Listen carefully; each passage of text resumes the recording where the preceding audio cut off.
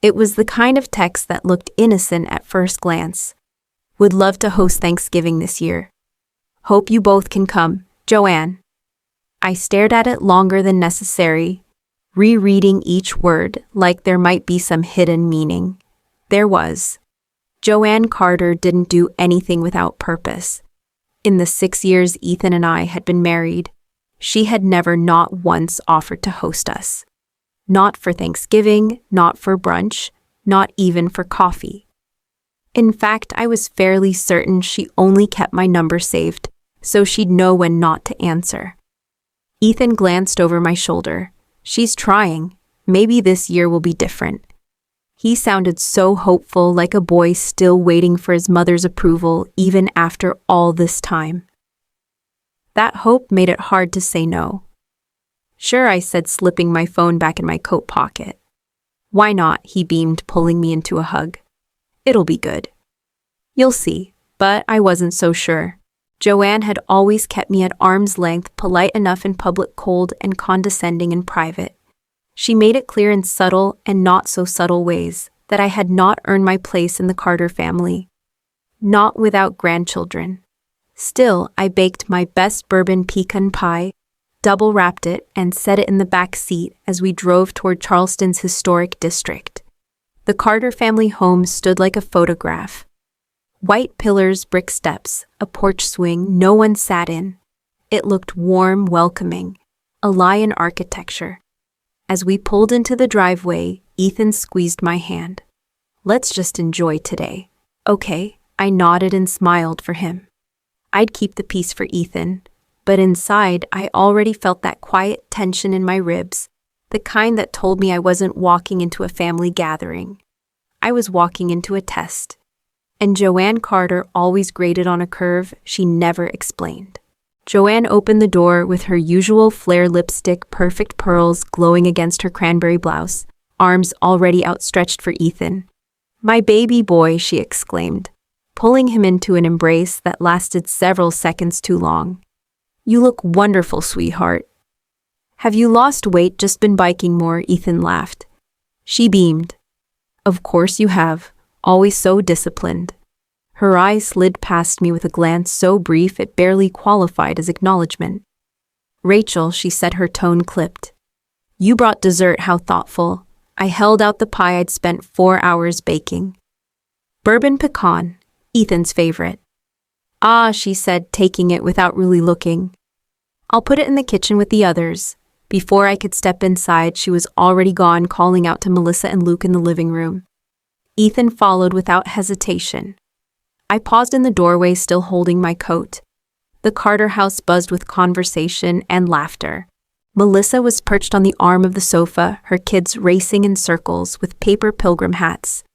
Luke stood near the fireplace with his new girlfriend, whispering something that made her giggle. Everyone looked comfortable, at home. I stood there like someone who had wandered into the wrong house. Oh, Rachel, Aunt Patricia appeared out of nowhere, glass of red wine already in hand. Still no baby bump, I see. I smiled tightly. Still no filter, I see. She laughed like I'd made a joke. Oh, don't mind me. It's just you two would make such beautiful babies. Joanne says she's praying for a miracle this Christmas. I bit the inside of my cheek. We appreciate the prayers. I caught Ethan's eye from across the room. He smiled, distracted, chatting with Melissa about some childhood memory I wasn't a part of. He looked so at ease here, as if no one had just handed me a passive-aggressive slap in the face wrapped in holiday cheer. I slipped off my coat and hung it neatly on the rack. My heels clicked softly as I walked past the living room, invisible as always. For Ethan's sake, I reminded myself, just get through the day. Smile, nod, and survive. The dining room looked like something out of a magazine. Joanne had set the table with her finest china white porcelain edged in gold-folded linen napkins. Tiny name cards, written in her looping script. A centerpiece of autumn leaves and mini pumpkins ran the length of the table, flickering with tea lights. For a moment, I almost believed the illusion. Then I saw it. At the far end of the table where my name card sat, there was no gold-edged china. No silver fork, and knife. Instead, a pink plastic baby fork sat neatly beside a melamine cartoon plate, the kind you'd find in a toddler's lunchbox. I stared at it, stunned. "Oh good," Joanne said, sweeping into the room behind me. "You found your place setting." She smiled sweetly, too sweetly, then leaned in slightly. "Since you're not using it to feed a baby, you might as well use it yourself." My cheeks burned, but I didn't speak. She turned and called toward the kitchen. "Melissa, could you bring in the sweet potatoes?" Behind me, I heard footsteps and laughter as the others started to file in. I stood still, my fingers frozen around the back of my chair. The insult echoed louder than any shout. It wasn't the plate, it was what it stood for: the judgment, the cruelty disguised as tradition. Ethan walked in mid-sentence, chuckling at something Luke had said. When he reached our end of the table, his smile faltered. "What's this?" he asked, gesturing to the pink plate. Joanne answered for me. "Just a little joke." Rachel has such a sense of humor. I didn't meet her eyes. "It's fine," I murmured. But it wasn't. It was calculated, precise, like everything Joanne did. And now the whole family would sit and eat while I cut turkey with a baby fork, pretending it didn't mean what we all knew it meant. I pulled out my chair and sat down slowly, carefully, like lowering myself into a pit lined with glass. I kept my hands in my lap, my lips pressed together. Let her think she won this round. I had something sharper in my bag than any fork. The kitchen was empty when I slipped in, the noise of the family muffled behind me. I leaned against the counter, staring at the edge of the baby fork I'd quietly set down there, far away from my plate. Ethan followed a minute later, closing the door softly behind him. "Why didn't you say something out there?" I asked, my voice low. He looked tired suddenly. "I didn't want to make a scene. Not before dinner. She made one already," I said, gesturing toward the fork. "And everyone saw it." Ethan picked it up carefully, turned it over in his hand. I didn't know she'd do this. I swear. I reached into my purse and felt for the envelope, the thick paper brushing against my fingers. For a second, I almost pulled it out. But not yet. Not while Ethan still looked caught between love and loyalty, between the woman who raised him and the one he promised to protect. "I can't keep doing this," I said, smiling while she humiliates me. "I'll talk to her," he offered weakly. "No, I will." I found Joanne in the hallway fussing over a vase of orange mums. "Was the baby fork supposed to be funny?" I asked quietly. She didn't look up. "You've made your choices, Rachel. You chose your career, your timeline. Ethan deserves a family." "We're trying," I said, jaw tight. "Trying's not the same as giving," she said, her tone cool as marble. "And frankly, I'm tired of pretending you haven't been selfish." I blinked, stunned. But she had already turned her back and walked away, her heels tapping softly like punctuation marks. Dinner began with the usual chorus of clinking glasses and polite conversation. Plates were passed, laughter floated through the candlelight, and for a brief moment I wondered if I could make it through the meal without incident. Maybe Joanne would let the insult stand on its own, satisfied that I'd swallowed it in silence. But of course she couldn't help herself. Halfway through the turkey, she reached across the table to top off Ethan's wine and said, just loud enough for everyone to hear, "You know, when Melissa was pregnant with her second, I was already picking out nursery wallpaper. Those were such special times." She turned to me with a glossy smile. I imagine it's hard to relate. The table quieted just slightly. A fork paused mid-air. Even the kids fell silent, watching the adults with that eerie instinct children have when something sharp is about to happen. I set down my napkin. Ethan looked at me, his eyes searching. I gave him a small nod and then reached for my bag. Joanne's smile faltered. "I think," I said, pulling out the envelope, "it's time we clear something up." "Rachel," Ethan said softly, laying a hand over mine. "It's time, Mom." Joanne's eyes narrowed. "What are you doing?" "This is the fertility report we received last year. We didn't want to make it public, but since my womb is everyone's favorite holiday topic, I thought the truth might finally be appropriate." Her face stiffened. This is not the place it is, I interrupted. Because every place you've chosen to shame me has been public. So here we are. I opened the envelope, pulled out the papers. Ethan has a condition called azoospermia. It means he produces no sperm. None. We've been exploring options, attending appointments, grieving in private, while you've handed me fertility teas and baby forks. Joanne's hand trembled slightly around her wine glass. I'm not broken, Joanne, I said, meeting her eyes. And neither is your son. Silence fell. Melissa stared down at her plate.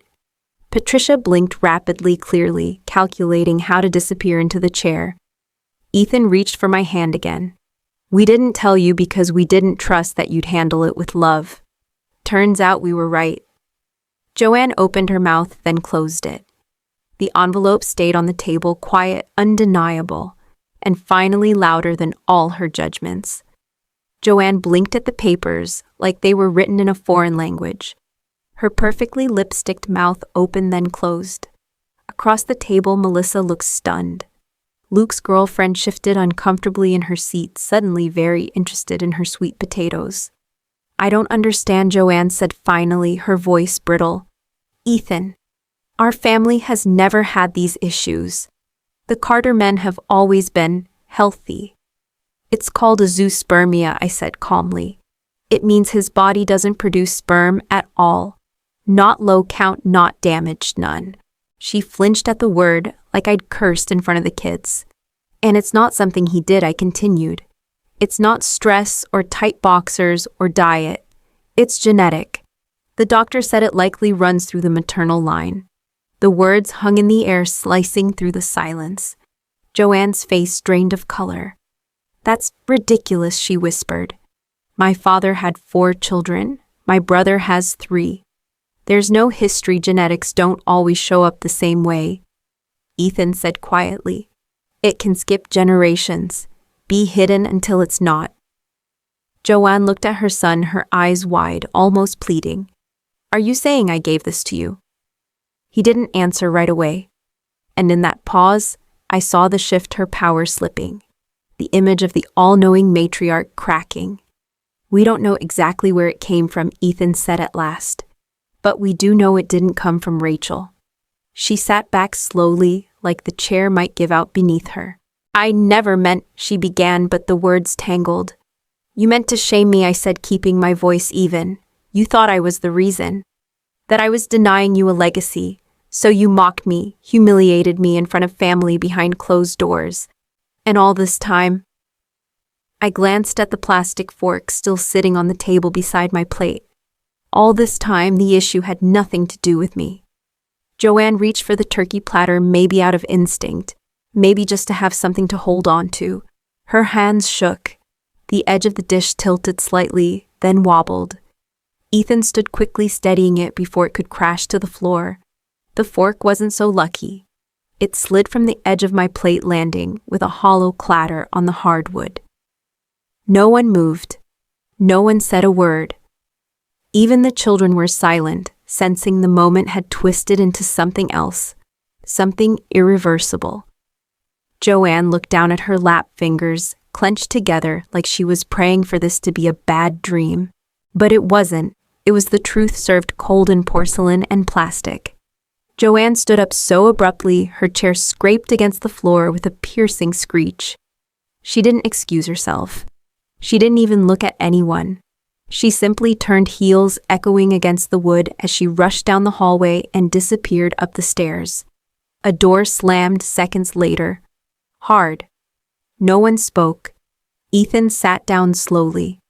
The turkey platter still sat untouched at the center of the table, but no one reached for it. Melissa cleared her throat and offered to pass the gravy, her voice too high, too bright. Luke poured himself more wine. The kids asked if they could be excused. No one stopped them. We went through the motions, forks, scraped plates. Someone asked about the football game. Someone else muttered something about pie, but it was like eating in the wreckage of a house that had just survived a hurricane. When dinner was over, I brought my pie into the kitchen. I hadn't even touched it. My hands moved automatically, covering it with foil, placing it back in the carrier. Melissa slipped in quietly, closing the door behind her. "I'm sorry," she said. "About Mom, about everything," I turned to her. "I should have said something years ago," she went on, "but I didn't want to be on her bad side. I told myself it wasn't my place, that it wasn't that serious. It was," I said simply. "But I understand." She nodded, biting her lip. "You were right to say what you did. Thank you for being brave enough to tell the truth." I didn't respond. I just gave a soft nod and left the kitchen with the pie cradled in my arms like something delicate and undeserved. Later that night in the guest room, I pulled out my small leather notebook, the one I'd carried to every family event, every holiday. Every time Joanne made a comment, offered a jab, dropped a loaded smile, I'd written it down. Like a quiet ledger, I turned to a blank page.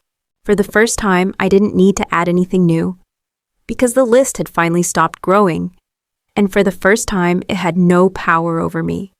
It was nearly 10 when I heard the soft steps in the hallway. I sat at the kitchen table alone, sipping cold tea from a chipped mug. Ethan was upstairs packing our things. The silence in the house had settled like dust, thick, unmoving, undeniable. Joanne appeared in the doorway. Her eyes were red-rimmed mascara, gone lips bare. She looked smaller somehow, not in stature, but in certainty. In her hands, she held the pink baby fork. "I bought this to hurt you," she said quietly, stepping into the room. "I thought if I embarrassed you enough, you'd finally feel what I thought Ethan was feeling. I spent weeks planning it, convinced I was protecting him. I didn't say anything." She turned the fork slowly in her fingers. "I thought I was defending his future, his name, the Carter legacy. But the truth is, I never even asked him what he wanted. I just assumed. And I was so sure the problem was you, that you were keeping something from me." Her voice broke. "Turns out I was the one who didn't see it coming." I stood slowly, not out of anger, but because I didn't want to speak to her from a seated position. I wanted her to see me fully. "Ethan didn't hide it to hurt you," I said. "He hid it because he was afraid. You've always seen him as your perfect son. He didn't want to disappoint you." Joanne's face crumpled. "And I made him feel ashamed of something he couldn't control." "You made both of us feel that," I said gently. "But shame only survives in silence. That's what tonight ended." She looked down at the fork one last time, then set it gently on the counter like it was made of glass. "I don't deserve forgiveness. I'm not offering it," I replied. "Not yet. But I'm offering space for you to do better." She nodded slowly, tears slipping quietly down her cheeks. We stood there for a long time. No yelling, no dramatic ending. Just two women in a quiet kitchen where something awful had finally been named and left behind. The next morning, the air in the Carter house felt different. Not lighter, just still. Like something had finally stopped rattling beneath the surface. I found Joanne sitting on the back porch, wrapped in a shawl, sipping coffee. She didn't flinch when I joined her. She simply handed me a second mug, already prepared the way I liked it. It was the first time she'd ever gotten it right. "I looked up azoospermia last night," she said quietly. "And IVF, and donor options. I don't know much yet, but I'm reading." I blinked, unsure whether to thank her or brace myself. "I can't undo what I said," she continued. "But if you let me, I'd like to be part of what comes next, whatever form that takes." I nodded slowly. "We're looking into IVF with a donor. Maybe adoption if that doesn't work. Nothing's certain." She didn't respond with forced optimism or pity. Just a quiet, "Whatever path you choose, I'd like to support it. No more conditions. No more heirlooms held hostage for babies." It was the first real thing she'd said to me.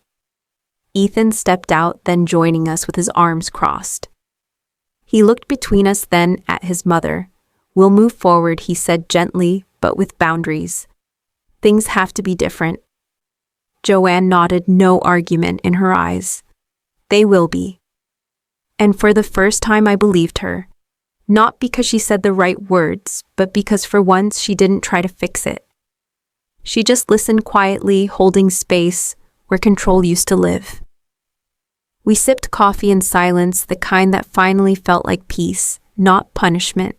2 months later, Joanne sat beside me in the waiting room of Charleston Fertility Partners, flipping through a parenting magazine with a kind of focused stillness I hadn't seen in her before. She didn't hover, she didn't pry. She just sat there quiet and present, like someone finally learning the shape of patience. When my name was called, she squeezed my hand. "Whatever happens today, I'm proud of you both." After the consultation, as Ethan was scheduling follow-ups with the nurse, Joanne handed me a small gift bag, wrapped in brown paper, something I wanted you to have. I opened it slowly. Inside was the pink plastic fork snapped in two, its jagged edges taped together with a strip of gold foil. At the bottom of the bag was a folded note written in her elegant script. "No more conditions for love. Joanne." I stared at the broken fork, then looked up at her. "I almost threw it out," she said, voice low. But then I realized, we don't get to rewrite the past. Only learn from it, I nodded, throat tight. Also, she added with a faint smile, "I've decided to divide the family heirlooms equally among all the kids. No more reward system based on who gives me grandbabies.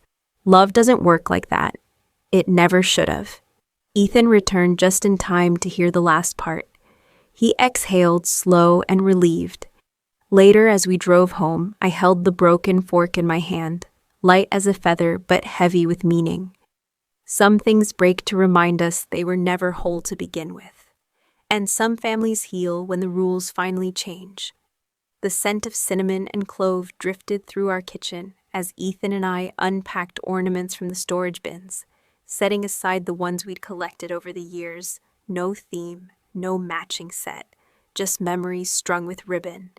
Joanne called Ethan, said, hanging a crooked wooden reindeer. "She's hosting Christmas again. Said she's going all out but wants to serve dinner on paper plates this year. Said it's a fresh start." I raised an eyebrow, then laughed. "She's serious, dead serious. She said if she ever sees China used as a weapon again, she'll smash the whole collection herself." I didn't say anything at first, just watched the lights flicker on the tree. A year ago, that joke would have stung. Now it felt like progress. I walked over to my desk and opened the drawer where I kept the broken fork, now sealed in a shadow box. I didn't display it, but I kept it as a reminder, not of Joanne, of me. Of the moment I stopped swallowing shame and called it grace. The moment I stopped apologizing for how my life didn't fit someone else's blueprint. The moment Ethan stood beside me, not behind me. The moment the silence cracked. Forgiveness had been slow, imperfect, but necessary. And boundaries once built had held firm. When Christmas morning came, Joanne arrived with peppermint bark, a new set of flannel pajamas for me, and a stack of sturdy red paper plates. No favorites, no conditions, just family. I stood by the window that evening, sipping cider, watching snow begin to fall in soft, hesitant flakes. Ethan slipped his arm around my waist and kissed my temple. "You okay?" he asked. I nodded. Better than okay, because healing didn't start with an apology. It started the moment I chose not to stay silent.